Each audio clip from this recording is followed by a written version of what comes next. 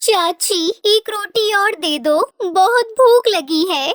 अरे मनूस, तेरा बाप मरने से पहले यहाँ कोई खजाना छोड़कर नहीं गया है जो मैं तुम दोनों पोती दादी का पेट भरती रहूं। अब रोटी नहीं मिलेगी, चल भाग यहाँ से। टुनटुनी को रोता देखकर उसकी बूढ़ी दादी टूनी उससे कहती है, अरे सुंदरी बहू, ये तुम किस तरह से बच्ची को डांट रही हो? रोटी ही तो मांग रही है, दे दो एक रोटी। दादी, चाची ने मुझे रात में भी खाना नहीं दिया था और सुबह में बस एक ही रोटी दी है और मैं एक और मांग रही हूँ तो मुझे डांट कर भगा दिया। सुंदरी बहू, ये क्या तरीका है बच्चों से बात करने का? ये घर जितना तेरा है उतना ही टुनटुनी का भी है। क्या हुआ, इसके माँ बाप मर गए तो मैं अभी जिंदा हूँ। आप तो चुप ही रहो माँ जी। एक तो मेरा पति आपका बोझ और आपके इलाज का खर्चा उठा रहा है, ऊपर से मैं नालायक बच्चे का भी खर्चा उठाए। ये हमसे नहीं होने वाला। चाची, आप दादी से इस तरह से बात मत करो। मैं आप पर और बोझ नहीं बनूंगी। मैं यहाँ से जा रही हूँ। टुनटुनी, मैं भी तेरे साथ चलूंगी। मैं बेशक भीख मांग कर खा लूंगी, लेकिन इस बदतमीज बहू के साथ एक पल भी नहीं रहूंगी। मुझे अपने साथ ले चल बेटा। हाँ हाँ, जाओ जाओ। ये मत सोचना कि मैं तुम लोगों का इमोशनल ड्रामा देखकर रोक लूंगी। और हाँ, दोबारा फिर इस घर में कदम रखने की गलती मत करना। अब निकलो यहाँ से। उसके बाद वो दोनों दादी पोती वहाँ से चली जाती हैं, लेकिन उनके पास अब रहने का कोई ठिकाना नहीं होता है।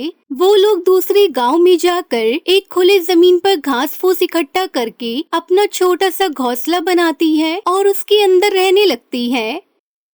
दादी, लगता है धूप में चलने की वजह से आपको लू लग गई है। दादी, आप फिक्र मत कीजिए, सब सही हो जाएगा। आप यही आराम करिए, मैं गांव में से किसी डॉक्टर को बुला कर लाती हूँ। फिर टुनटुनी डॉक्टर को लेकर आती है और अपनी दादी का इलाज करवाती है। दादी, आप चिंता मत कीजिए, भगवान पे भरोसा रखिए और मेरे साथ तो आपका आशीर्वाद हमेशा बना रहेगा। ऐसे ही कुछ दिन गुजर जाते हैं। फिर टुनटुनी अपना घर चलाने के लिए दूसरे पक्षियों के घरों में झाड़ू पोछा करने लगती है। इस बार तो मालकिन ने भी पगार देने में काफी देर कर दी। आज महीने की 5 तारीख हो गई है और अभी तक पैसे नहीं दिए। अब तो घर का राशन भी खत्म होने वाला है। अरे, इतने से दाल चावल में तो सिर्फ आज का ही खाना बन पाएगा। टुनटुनी खाना बनाकर अपनी दादी को खाना दे देती है। अरे टुनटुनी, आज तू मेरे साथ खाना क्यों नहीं खा रही? दादी, मुझे अभी भूख नहीं है, आप खा लीजिए, मैं बाद में खा लूंगी। फिर थोड़ी देर बाद टुनटुनी अपनी थाली में खाना निकालकर खाने के लिए बैठती है। अब तो भूख बर्दाश्त ही नहीं हो रही है, अब जल्दी से खाना खा लेती हूँ। टुनटुनी जैसे ही खाने का पहला निवाला उठाती है, तभी उसे बाहर से एक आवाज आती है। अरे कोई है? कोई इस भूखे बाबा को खाना खिला दो। मैंने 2 दिनों से कुछ नहीं खाया है। अरे, अच्छा हुआ जो मैंने अभी इस खाने को छूटा नहीं किया। आइए आइए बाबा, अंदर आइए। और फिर टुनटुनी उन्हें बिठाकर बड़े ही प्यार से अपना सारा खाना उन्हें खिला देती है। खाना खाने के बाद वो बूढ़ा बाबा खुश होते हुए कहता है, ऊपर वाला तुम्हारा भला करे बेटी। इस भूखे बुड्ढे को खाना खिलाकर तुमने बहुत पुण्य का काम किया है। मेरे पास तो तुम्हें देने के लिए कुछ नहीं है, लेकिन ये कुछ अनानास के बीज हैं। इन्हें तुम अपने आंगन में लगा देना। इसका अनानास तुम्हारे जीवन के सभी कष्टों को दूर कर देगा। उसके बाद टुनटुनी उस बीज को लेकर अपने आंगन में बो देती है। काश उस बूढ़े बाबा ने जैसा कहा वैसा ही हो। इस बीज से उगने वाले फल से हमारे जीवन के सभी कष्ट दूर हो जाएं। इतना कहकर टुनटुनी अपने घर के अंदर चली जाती है। अगली सुबह जब टुनटुनी सोकर उठती है तो वो देखती है कि उसके आंगन में एक बहुत बड़ा अनानास का पेड़ उगाया है, जिस पर बहुत सारे अनानास लगे थे। हे भगवान, ये कैसा चमत्कार है। कल ही रात तो मैंने ये बीज बोया था और आज ये इतना विशाल हो गया। हो ना हो ये जरूर कोई जादुई अनानास का पेड़ है। तुमने बिल्कुल सही पहचाना टुनटुनी, मैं जादुई अनानास का पेड़ हूँ। तुम्हारे अच्छे व्यवहार की वजह से उस बूढ़े बाबा ने तुम्हें ये जादुई बीज दिया था और मैं यहाँ तुम्हारे जीवन की सभी परेशानियों को दूर करने आया हूँ। तुम्हारी जो भी परेशानी है तुम मुझे बताओ, मैं अपने जादू से तुम्हारी सारी परेशानियों को दूर कर दूंगा। अगर ऐसी बात है तो क्या तुम मेरे परिवार वालों के लिए राशन ला सकते हो? क्योंकि मेरी मालकिन ने मुझे समय से पगार नहीं दी और मेरे घर में अभी बनाने के लिए बिल्कुल भी राशन नहीं है। अगर आप चाहें तो मुझे थोड़ा राशन दे दे तो मेरी बहुत मदद हो जाएगी। ये बात सुनकर जादुई अनानास राशन का ढेर लगा देता है। तभी वो जादुई अनानास उससे कहता है, बस इतना ही, क्या तुम मुझसे और कुछ नहीं मांगना चाहोगी? मांगना तो चाहती हूँ, लेकिन ज्यादा कुछ मांगने से कहीं मैं लालची तो नहीं कहलाऊंगी। जो भी कुछ मिल रहा है वो तुम्हारे अच्छे कर्मों का ही फल है। वैसे भी मैं बस आज के लिए ही यहाँ पर हूँ, कल मैं यहाँ से गायब हो जाऊँगा। चलो तुम मुझसे कुछ मत मांगो, मैं तुम्हें खुद ही कुछ देना चाहता हूँ। उसके बाद जादुई अनानास का पेड़ अपने जादू से टुनटुनी के लिए बहुत ही सुंदर जादुई अनानास का घर बना देता है। टुनटुनी, ये जादुई अनानास का घर है। इस घर में तुम्हें किसी भी चीज की कोई परेशानी नहीं होगी। और हाँ, आज से तुम्हें दूसरों के घरों में काम करने भी नहीं जाना पड़ेगा, बल्कि इस घर में इतना धन है जिससे कि तुम दूसरों की भी मदद कर पाओगी। आपका बहुत बहुत शुक्रिया जादुई अनानास के पेड़, ये जादुई अनानास का सुंदर सा घर देने के लिए आपका तहे दिल से शुक्रिया। उसके बाद वो जादुई अनानास का पेड़ वहाँ से गायब हो जाता है और टुनटुनी उस जादुई अनानास के घर में अपने परिवार के साथ प्यार से रहने लगती है और गरीब और बेसहारा पक्षियों की सहायता करने लगती है। वहीं दूसरी तरफ टुनटुनी की चाची सुंदरी कौवी के पति का कारोबार में बहुत बड़ा लॉस होता है और उस नुकसान के चलते उसे अपना सब कुछ बेचना पड़ता है और फिर किराए के एक छोटे से घर में रहना पड़ता है। सुंदरी, मुझे मुखिया के यहाँ चंद पैसों की मजदूरी मिल गई है। लेकिन इतने कम पैसों में हमारा क्या होगा? हमारे घर का खर्चा कैसे चलेगा? सुंदरी, आज जो कुछ भी हमारे साथ हो रहा है ना, वह सब तुम्हारे ही बुरे कर्मों का फल है, समझी? और इस तरह सुंदरी कौवी को दूसरों के घरों में झाड़ू पोछा करके अपना घर चलाना पड़ता है और इस तरह उसका सारा घमंड टूटकर चकनाचूर हो जाता है। और वहीं दूसरी तरफ टुनटुनी अपनी दादी के साथ जादुई अनानास के घर में खुशी खुशी रहने लगती है।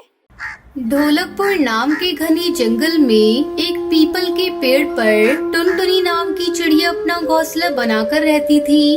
वो बहुत गरीब थी और किसी तरह अपनी गुजर बसर कर रही थी। उसका कोई मित्र नहीं था। उसके माता पिता की मृत्यु के बाद से वो सदा उदास रहने लगी। वो दाने की तलाश में इधर उधर जाती और जो कुछ मिल जाता उसी से वो अपना पेट भर लेती। हंसना मुस्कुराना तो जैसे वो जानती ही नहीं थी। एक दिन की बात है, टुनटुनी चिड़िया उदास बैठी थी, तभी उसे एक आवाज सुनाई दी। क्या बात है टुनटुनी, तुम हमेशा उदास क्यों रहती हो? तुम्हें उदास देखकर मुझे बहुत दुख होता है। अपने लिए ना सही, कम से कम मेरे लिए खुश रहा करो। अरे ये कौन बोला? यहाँ तो कोई भी नहीं है। फिर ये आवाज किसकी थी? तुम कौन हो? मेरे सामने आओ। अरे टुनटुनी, मैं तो तुम्हारे सामने ही हूँ। देखो, जिस नदी किनारे पर तुम बैठी हो मैं उसी नदी में रहती हूँ। टुनटुनी ने चौंक कर नदी की ओर देखा तो देखती ही रह गई। वो सुनहरी मछली बहुत सुंदर थी और टुनटुनी को देखकर मुस्कुरा रही थी। बेचारी गरीब टुनटुनी से कभी किसी ने इतने प्रेम से बात नहीं की थी जैसे ही मछली कर रही थी। टुनटुनी ने खुश होकर कहा, ओह, तो ये तुम हो मछली। आज से पहले तो तुमने कभी मुझसे बात नहीं की, फिर आज अचानक तुम्हें मेरी याद कैसे आई? प्यारी टुनटुनी, मैं तो सदा तुमसे बात करना चाहती थी, पर तुम ही मेरी ओर ध्यान नहीं देती थी और हमेशा उदास रहती थी। मुझसे तुम्हारी उदासी देखी नहीं जाती थी, पर तब मैं बोल नहीं सकती थी, इसलिए मैं तुमसे कैसे कहती कि मुझसे बात करो और मेरी दोस्त बन जाओ। अच्छा, तो फिर तुम कैसे बोलना सीख गई?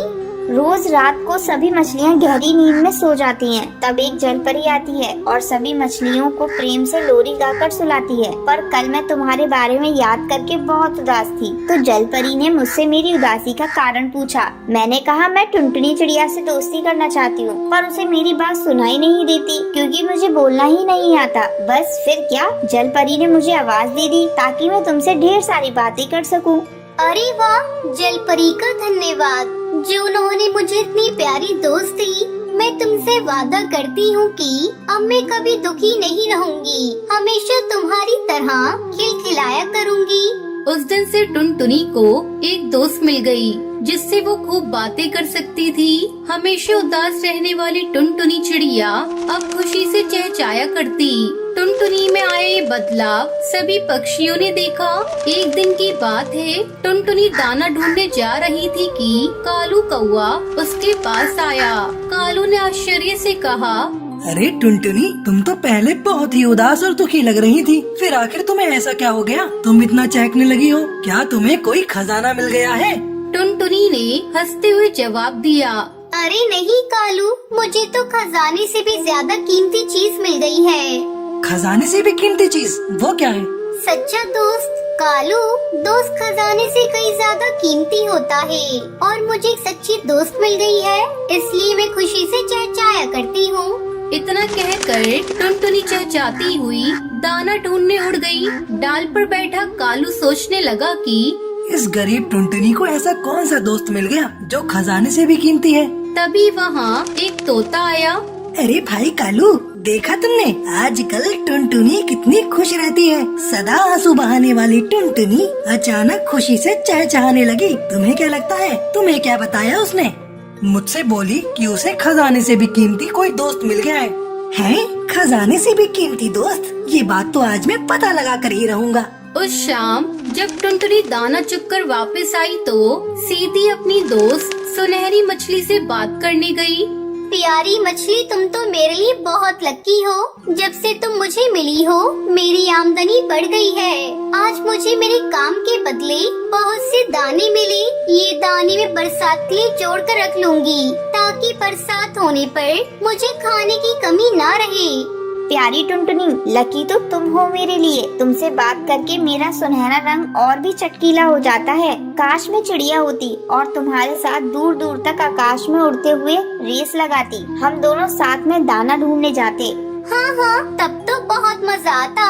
इस तरह बातें करते हुए टुनटुनी और सुनहरी मछली खिलखिलाकर हंस रहे थे। उन्हें नहीं पता था कि वहीं एक दूसरी डाल पर पत्तियों के पीछे छुपकर कालू कौआ और तोता भी उनकी बातें सुन रहे थे।